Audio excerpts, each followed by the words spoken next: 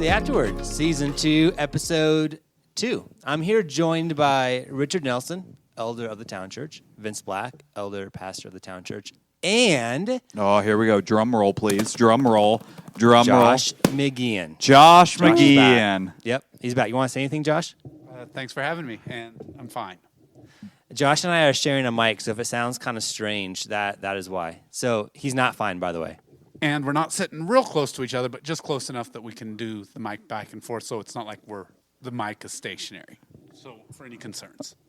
We're going to do a quick poll. How many of you think I'm going to have to cut more out this week than usual?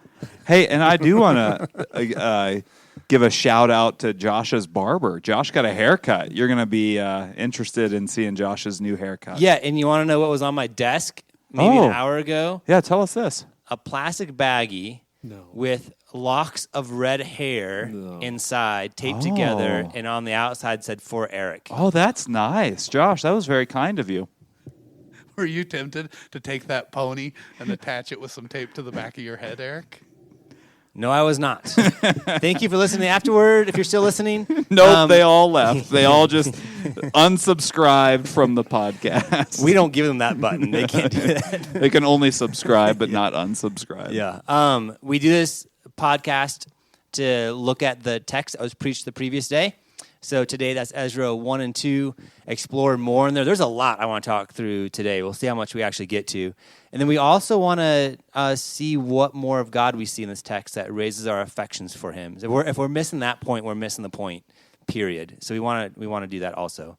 Hey, can I say real quick? We did get a question this week, and we've gotten other questions before in the past.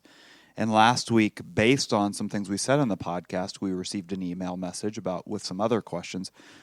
We welcome that. We want that. So if you have questions or thoughts, not that we'll be able to answer them or answer them well, but that it does help us understand where our people are coming from and how we can help all of us understand the text better. So email us info@thetownchurch.org. We would love that. All right. Here's our intro question for this week.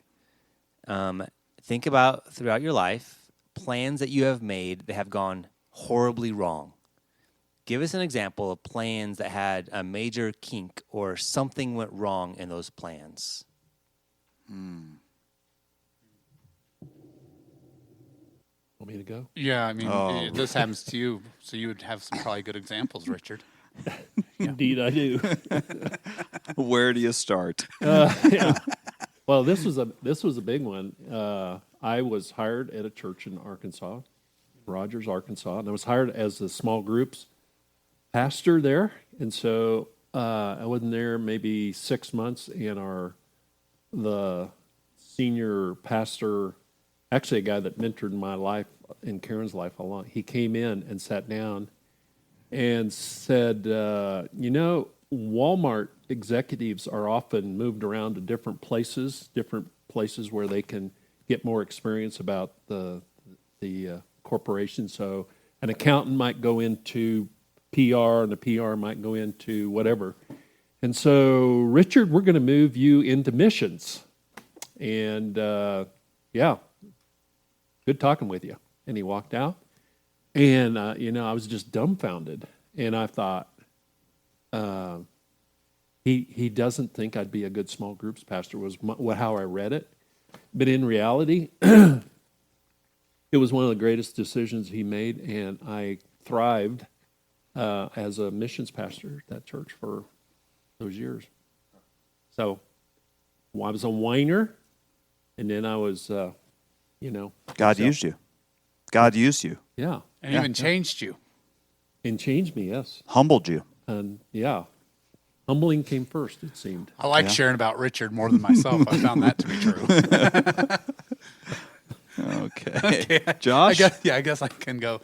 I do jest with you, Richard, because I think the question is a funny question in that I feel like my plans are often don't go forth. Vince mentioned this a while back in a sermon. I think we were walking through, I don't even remember the context we were walking through, but he said work is unproductive. So I would say this is a daily occurrence, kind of what you're talking about, Eric. of my plans not being what I'd hoped, thinking, oh, I wish. So on a smaller scale, opposite of Richard, thinking, oh, I wish I would have got more meetings in this week. I wish I would have got more emails done. I wish I would have thought more about the youth of the town church. When I worked with townships, I wish I would have thought more about townships. So I think on a small scale, and I talk about this with my wife Liz a lot, like whether it's occupationally or around the house or desires and dreams, we can see weeks, months, years go by and think we just didn't get it done. So I think we're often disappointed by the plans or the desires that we make, and on a small scale, just that work is unproductive, and we can even feel a guilt or shame at times about that before each other, before our friends, before God, and occupationally, I guess. So the question's almost overwhelming because I could also give several areas where I'm like, oh, I thought this would be the case, but it wasn't. Huh. You guys gave real answers. I mean, like real, heartfelt, meaningful ways that God worked in you. My answer is going to... Do you want to bring some levity to that question? It was not intentionally, but it's going to seem like it now. I look forward to snickering about that. Yeah, so 8th grade, I went out for basketball. Wow. That didn't go well. So sorry. And well, it was in the height of like the Jordan, and and every young guy wanted to be in basketball, and wanted to be an amazing basketball player. So I went out because I was, at the time, I must have hit my growth spurt differently than the other guys, and I was one of the tallest kids in the 8th grade. So I thought certainly I'd be good at basketball. And I wasn't. But I had a couple of good starting games on the B team, and I don't think I ever shot it at the wrong basket. So that was a plus. So I think that's where my mind went. I played on the C team for a while in middle school. Huh. Yeah, that felt really good. And what they told me was, yeah, but we need some good players on the C team, so we're going to put you on the C team. That was not true. They lied to me. Did they bring on anything like, sometimes, Walmart execs, they go over to, they do some other jobs. And we're moving from the A to the C because of that. Yeah. I want you to experience what it's like to be on the C team. Yeah. I have had lots of plans that have not gone according to plan, like this podcast, for one, actually. You'll learn a little bit about my personality here. I have certain ways that I do grocery shopping. I do grocery shopping on Friday mornings because the crowds aren't big, and I always go to Safeway, get certain deals there, then finish up at Walmart. But the way that I go through, I have this app that has what I'm going to buy, and I know what aisles they're in, exactly where they are on the shelf, and all of that.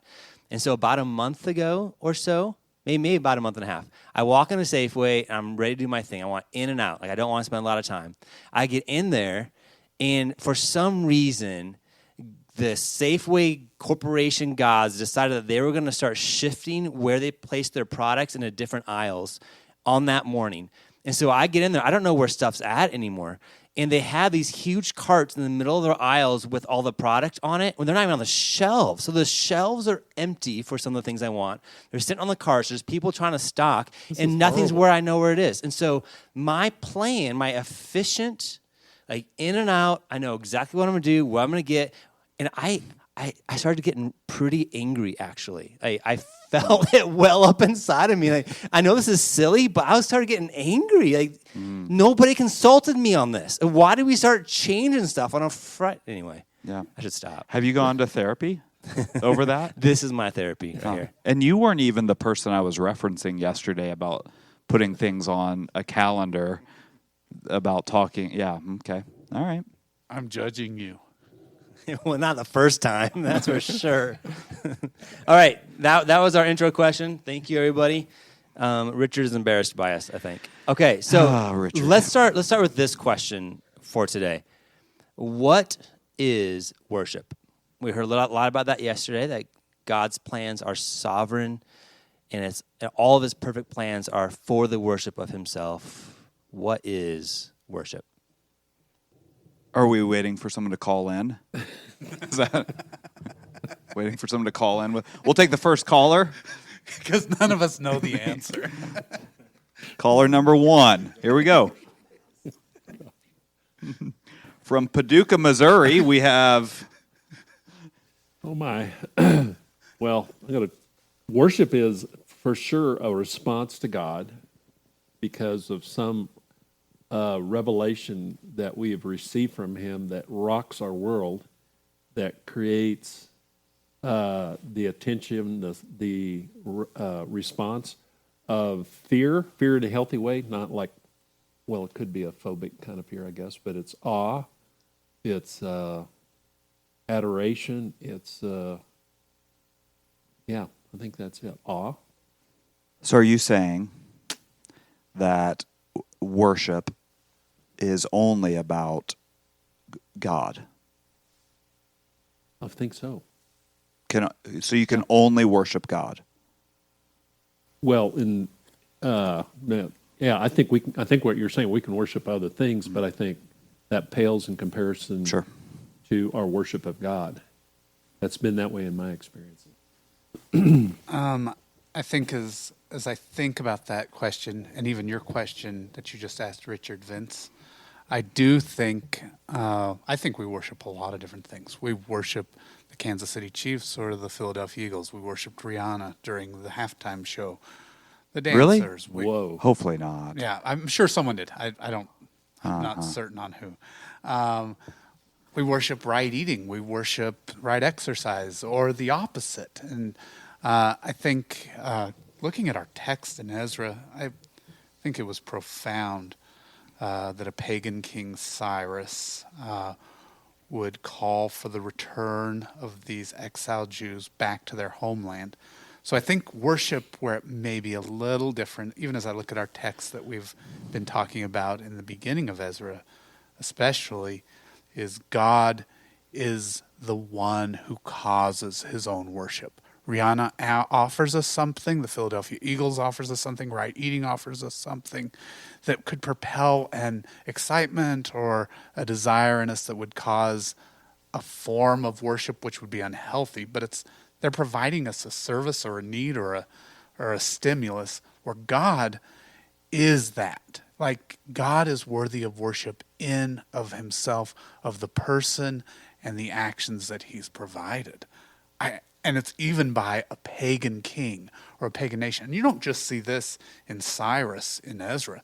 You see this throughout the Old Testament, that God in his sovereignty, you brought this up, Vince, has allowed for his worship. And even when there's not worship, I think of Pharaoh in the Exodus, God is the one who hardened the heart.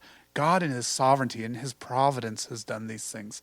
So I think where I would say, this was way longer than I wanted it to be, but where I would see his worthiness of worship is something that he's created through his person and through his actions, where I don't think the very thing, Rihanna, the football team, the right eating, can provide its own worship.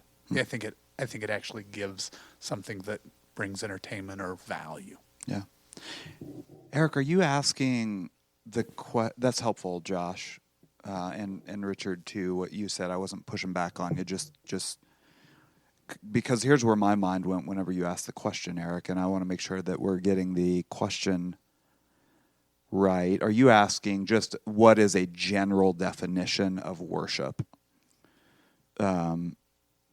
And the reason I push back on you, Richard, is because I think we can and often do worship things other than God. And so as I think about it, I think about my own life. I think when we only think about worship being for God, we actually short sell ourselves, or we downplay our own sin in the fact that we, day after day, minute after minute, are worshiping other things. And that I said yesterday something like this, not that my words are the end all, but the way that it, at least for me, made sense in my mind to communicate it was when our hearts lean toward devotion of something that is for self, motivated by self, when our hearts are leaning in that direction, or I think more often, maybe this is more appropriate for guys, or at least the guys I've talked to, the men I've talked to, desire significance. And so when our hearts lean toward how can I gain significance, I think that's a form of worship. So I think my answer of what is worship is whatever our hearts lean toward in devotion to that thing that gives us a sense of self-worth or significance. And that's a sinful way of thinking about worship that God would want to reform. But anyway, that's where my mind goes. Did you have an answer there, Eric, to your own question? No, I've always heard it said ascribing worth to something. Yeah. Which I think you basically said, isn't it? Because whatever it is that you're chasing, you're giving value to that thing because you're getting something in return. At least for things that are maybe other than God, like a football team, you're getting entertainment in return, like Josh said, or significance for yourself. But you're chasing something for a reason, and it's because you're giving it value for whatever end. So I guess then to go on that, sorry, can we keep going on this way? Yeah. If worship of God, so we'll shift it over to worship of God. Are we worshiping God because we get something in return? That's a great question. What do you guys think? Individually, maybe is a good question. If you can discern that in your heart, if you have done that or are currently doing that, or if that feels like a slippery slope, or if it's all kind of mixed up there, what do you guys think? Yeah, I think for me, as I think about that, I think often I do. Whether or not that's appropriate, I think, is what I'm asking, and I would say it's not. If our worship if it ends in anything other than the worthiness of God, I think we are not actually worshiping God. So does that make sense? So if our worship is, I want to worship God so that I feel better this week, or I'm moving in the right direction, or whatever, then I think it's off. That does seem to be the point, doesn't it? That worship is not a means to something else, but worship is the end of the Right. Christian life. Worship Right. of God is the end. Right. Yeah, that's good. Thanks, guys. I would also say, I think there's things that can propel us to worship God just for his character. I mean, we've said it several times. I mean, it's why I'm even here today. Being in this room is really helpful to me to think of God's character. Yes, we laugh and we enjoy each other. I think that isn't even false. And the fact that that's not false is an evidence of, I know a lot of people that don't enjoy their coworkers. I love being here. God is working in this group. I think we look at this passage in Ezra. King Cyrus, a pagan king who no one voted for, no one would have elected, is returning the people to their homeland and is doing something beautiful and amazing in chapter 1. And 2 is even more amazing, even if it is a genealogy, and that it's giving a list of who is getting to go back. It's unheard of. So I would say that our worship of God, it can easily be, what can God do for me? But I think we can also say, look what God has done, even in these very 2 chapters right here, and say, praise God. Yeah. Praise God they're not in exile anymore. Praise God that the Syrians and the Babylonians aren't suppressing these people. Praise God that he removed them from Egypt and out of the wilderness. I think the Old Testament is full of things. So if we're in Christian community, Vince pointed this out, if we're in his word, he pointed this out, then I think it's easier, again, I am not perfect at this, to worship God just for who he is.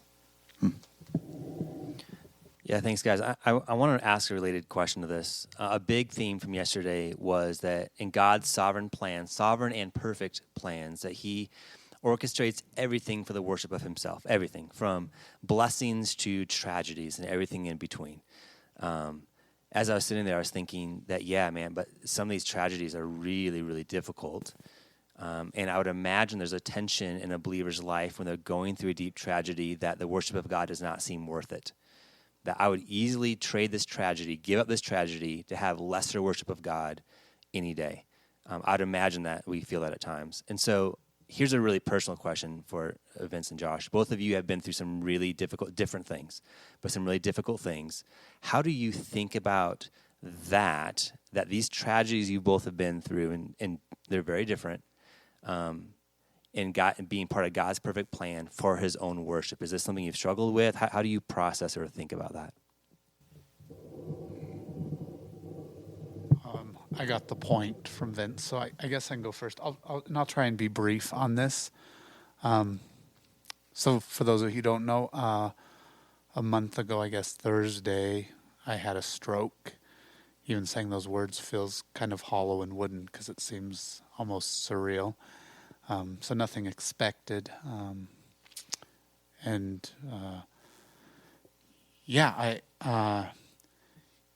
I think as the sufferer, I'm sure I have, especially on minor notes, have been the sufferer, but this has been something that the church has graciously walked through me with, and just like Vince will share, has been, I don't have words to express the kindness that we've experienced from the town church. But as I address it with God, as a sufferer, I think God has been incredibly gracious even in that.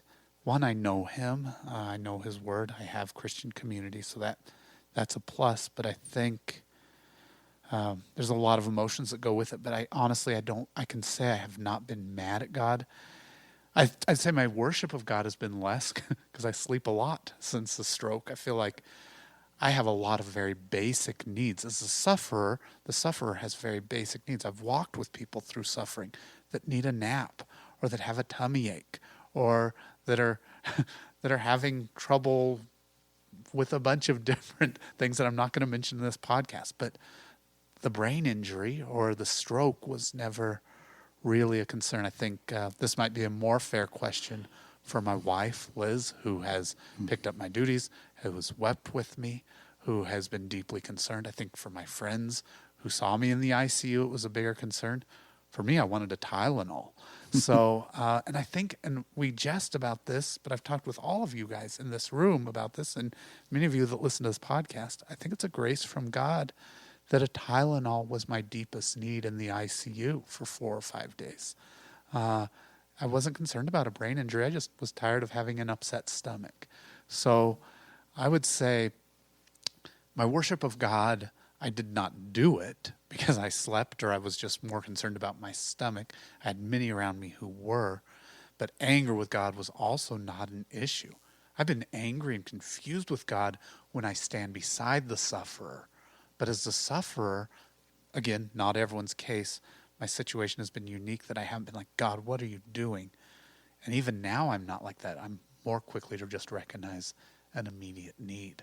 And I think that in itself is a grace from God. So that's probably how I would say I've experienced a little bit of my suffering over the last month personally. But Vince, I'll let you talk from a father's perspective, or if you have something else you can share that too. Yeah, I mean, I've voiced this before a couple Sundays ago, but also I think even here that our family has received a lot of words from people who have talked about the amazing things that God has done through Ezra's words, through things that we've shared either on Caring Bridge or at Ezra's memorial. We've had people come up to us that we don't know in grocery stores or coffee shops and talk to us about, the far-reaching effects of what has gone on in our lives for God's sake. And I've voiced this before. So I'll say a couple things, and I'll say them quickly so that you hear them all. So if you have to pause the podcast, you don't just hear one of them. We would give all of that back to have Ezra back. And at the same time, we also know that that's not right. We know that that's not honoring to God. I'll say it this way. I think our desire to be near our son is an honoring thing to God. I think our desire to have our son above God is not honoring. And we know that. And I don't know that I would say we're actively choosing that, but it's there. And so your question, Eric, was, say your question again if you can, so that I make sure to answer it well. Yeah, given the tragedy that you've been through personally, paired with the message you gave yesterday that God's plans are perfect and it's for the worship of God, which includes what you've been through, how you process that. Okay. Yeah. I think, like I said yesterday, theoretically, we know that's true. And we are, we know it's true, and we long for the day where we deeply resonate and are pleased by the truth of that. But we're not there now. We know God's worthy of worship, and we also know that he sovereignly works through every single plan that he has in every event in our lives for his own worship. But that doesn't mean we like his plan of our loss of our son. But one day, I truly believe this. I think one day we will look back and see at least little glimpses. I don't think we'll get the whole story, and I think we'll be confused maybe forever. But I think we'll see little glimpses of what God was up to point more honor to himself. I think that's so important and actually encouraging for the Christian believer that we can have solid theology in our head, right? We know some of that theology, but our hearts may not be there. Where either our hearts appreciate or desire or feel the beauty of that theology, right? And so I think we as Christians can often be in that place. And in kind of maybe a strange way, I think that's actually really encouraging that that's a part of a normal Christian life. And by God's grace, our hearts over time will align a little bit more with that theology. But to have an expectation that our heads and our hearts will always be there is a false expectation for all the time of the Christian life. Yeah. Something that I'm looking up something here. What Paul says to Timothy, I'm going to read it, and then I may back up on this. He says, I'm not ashamed, for I know whom I have believed, and I am convinced that he is able to guard until that day what has been entrusted to me. I think that's where I am. That I'm convinced. I know who we believe in. I know it. I know it in my head. I also know it in my heart, and I'm convinced that he's able to guard what he's entrusted to us. But that may be down the road, that doesn't mean, oh yeah, I get it. Totally get it. Understand what's going on. That's 2 Timothy 1. So I think that's where we are.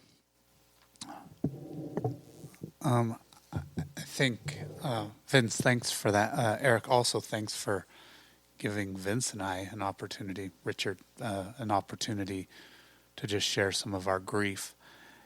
It's beautiful listening to you talk, Vince. I can even say as a sufferer in the stroke situation, my pain for Ezra is much greater. The emotional pain is greater. And so hearing you talk is actually therapeutic for me. And so I just think, and even my questioning of God is probably greater, or God's plan as I look at your son, Vince, because he was a dear friend of mine. It was far more suffering to walk with Ezra than to walk through my own pain and suffering, which felt like it just needed a Tylenol and would be solved, which I know it's not that simple. But it's also given me the perspective that Vince and I've had this amazing opportunity just now to share, and we know our listeners are suffering.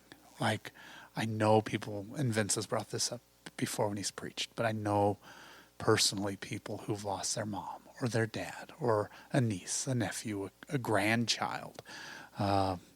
So there are people in our church that are dealing with cancer and are dealing with strokes and are dealing with sickness and pain that is uncontrollable.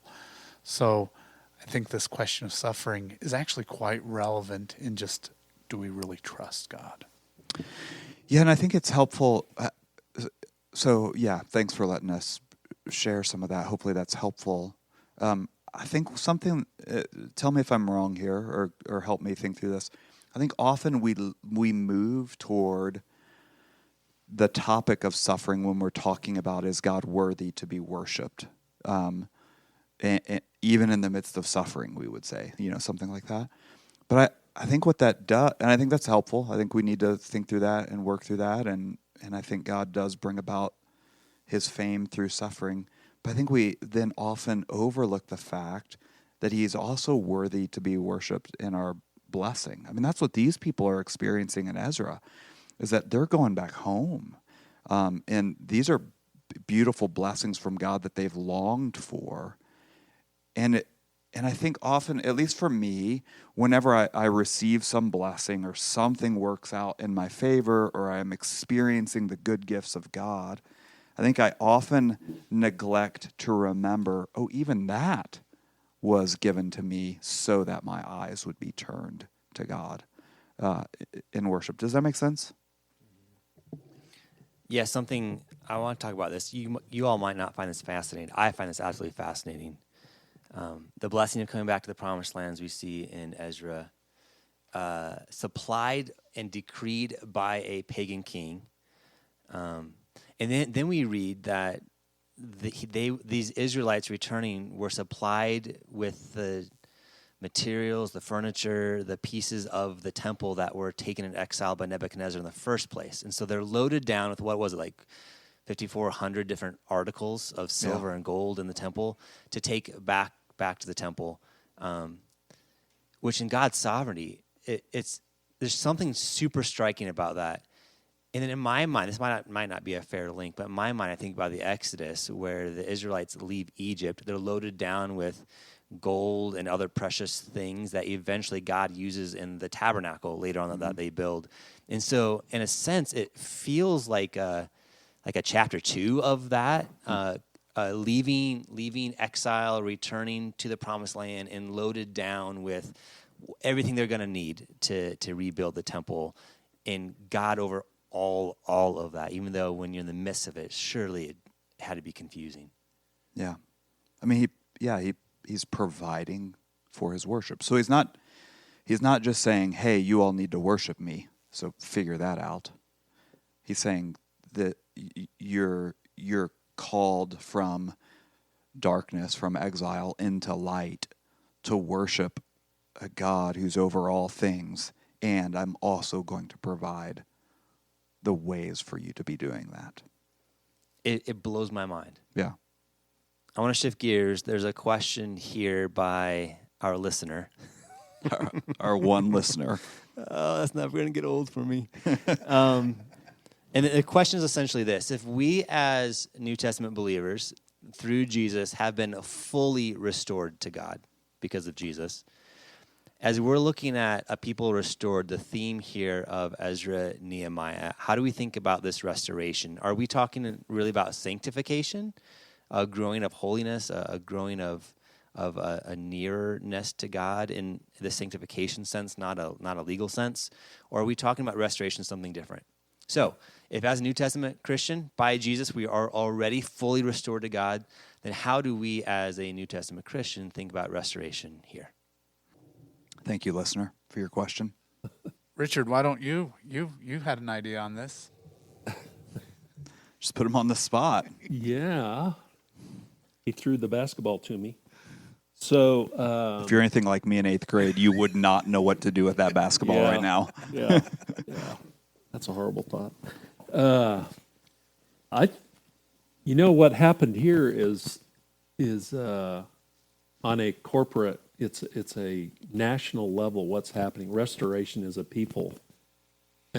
Sanctification in the New Testament is a sanctification of an individual who has just professed faith in Christ. Christ comes and dwells inside of this new person, and he begins to change us, and he transforms us from the inside out. So that's sanctification. So there's similarity, and God is changing a sinner like me day by day and making me more like Jesus. But the nation of Israel here is going to be sanctified in the sense that they're back. They have a temple. They're dealing with sin. The temple is the place where sacrifices were. The only place where you could atone for sin is in a temple at that point in time. But also there are going to be revived. Where I'm looking ahead. Is it okay to look ahead? Yeah, just don't give. Yeah, but just don't give the story away so that people stop listening. Oh yeah. Well, okay. No, go ahead. Yeah, go ahead. I know. But Ezra is going to revive the people. I mean, the Word of God is going to come into their life individually, but also corporately. It's like a revival, and that's something I think we hunger for. We will hunger to see God revive us individually, and as individually, it's a church. Yeah. Yeah, I think it's a good question to be thinking about. What is restoration? What are we talking about when we say the people are being restored? And also, as elders, we're praying for restoration even among us. Are we saying we're praying for, salvation? What are we praying for? And sure, of course, we're praying for salvation of those who don't yet know God to come to know God because of what Jesus has done.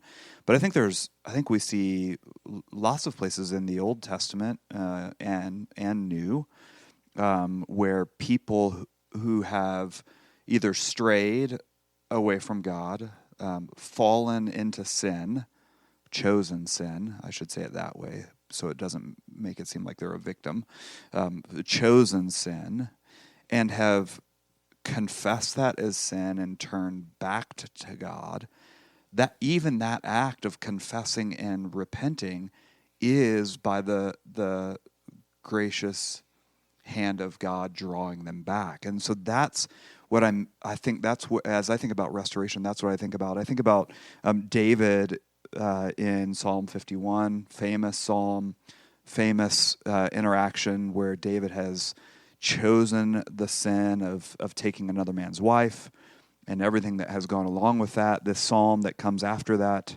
the whole thing is wash me from this sin. Have mercy on me, God. I know my sin is before me. Purge me, wash me. You get to verse 10 of Psalm 51. He says, create in me a clean heart and renew a right spirit within me. And then verse 12, restore to me the joy of your salvation. And so I think that's, as I think about restoration, what I sense God doing among us is that kind of restoration, that he's restoring us back to him. And I don't think any of us as elders get this sense that he has to restore us back because we have run away from him. But I do get the sense that God is restoring us back to him because we have, in a lot of ways over the last years, been distracted from him. Our attention has been on so many other things, and those things are significant things, but our attention has gone to other things, and so pleading with God to restore us. I love verse 12 of that psalm, restore to me the joy of your salvation. Wouldn't that be a prayer for all of us? God, restore joy to us over salvation. I was telling Kirsten that last week. I want joy in who God is and what he's doing among us individually, but among us as a church. I want that joy. I don't want to be cynical. I don't want to be frustrated. I don't want to be angry. I don't want to be critical. I want to have joy. And that's a restoration of God. So, yes, I'm a Christian. God has saved me. But there's ongoing work of restoration as I bump along the road.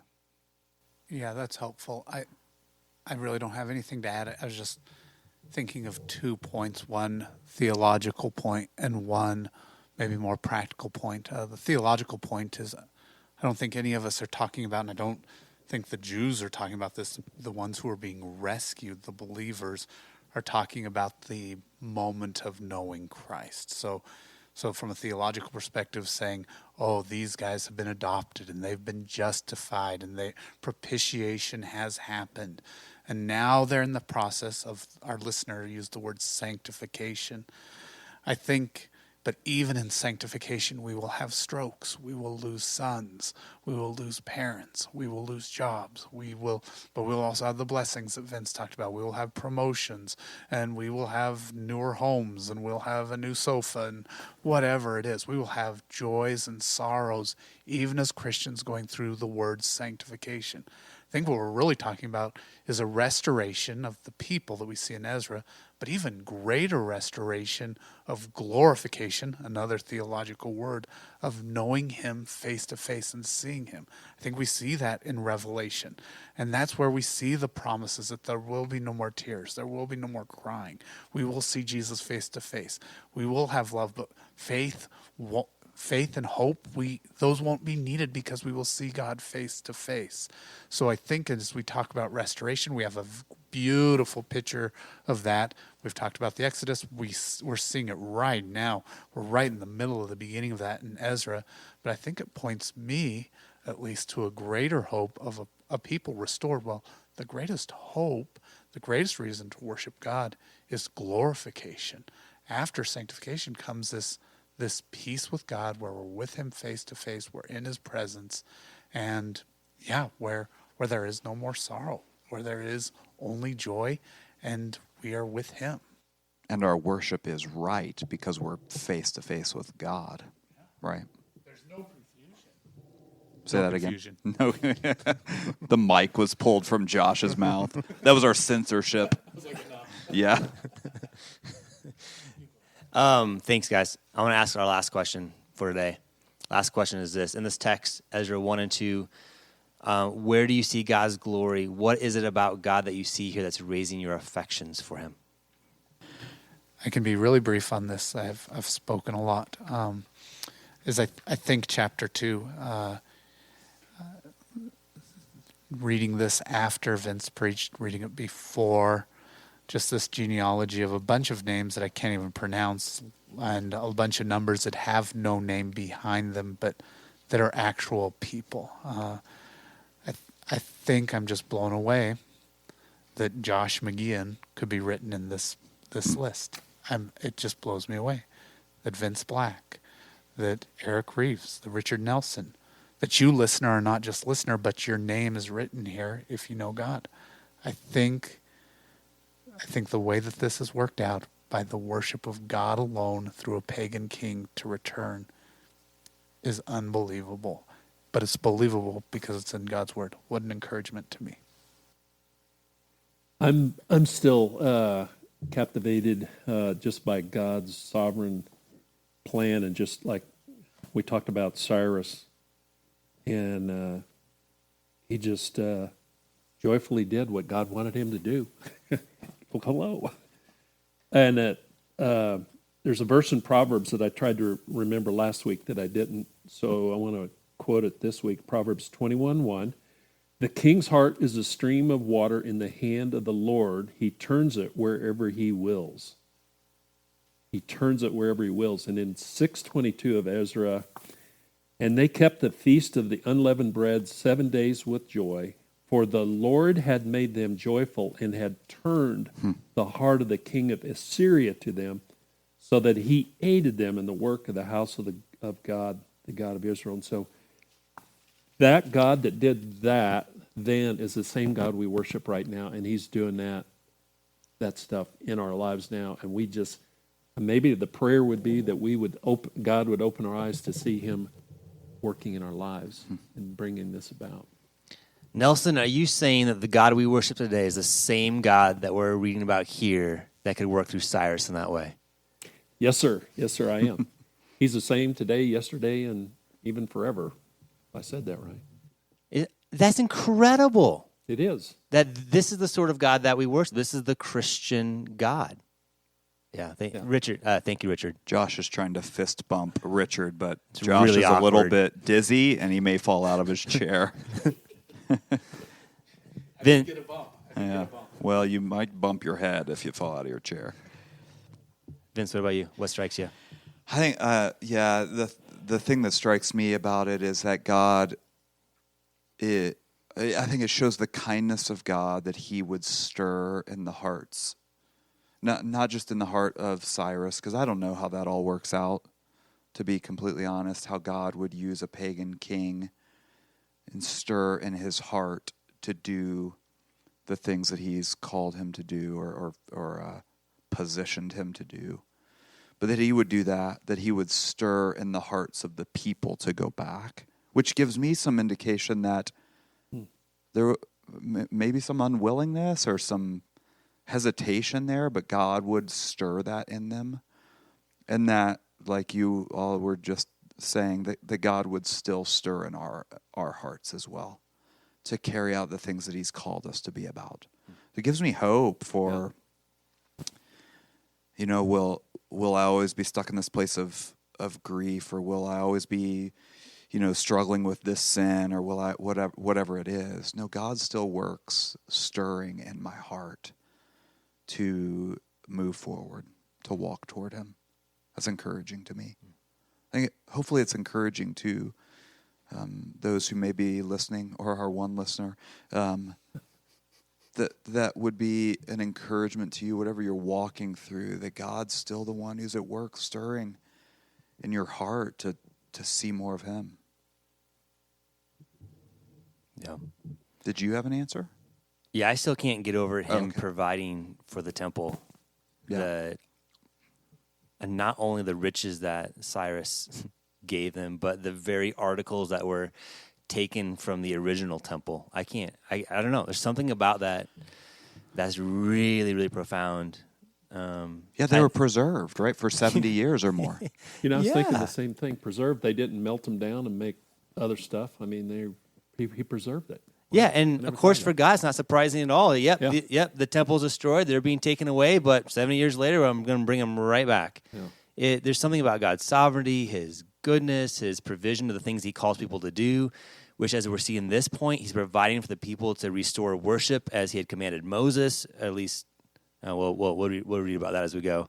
There's something about that I can't get over. I can't quite put my finger on, but it's good. It sure displays, I think, maybe God's bigness, if that's a word.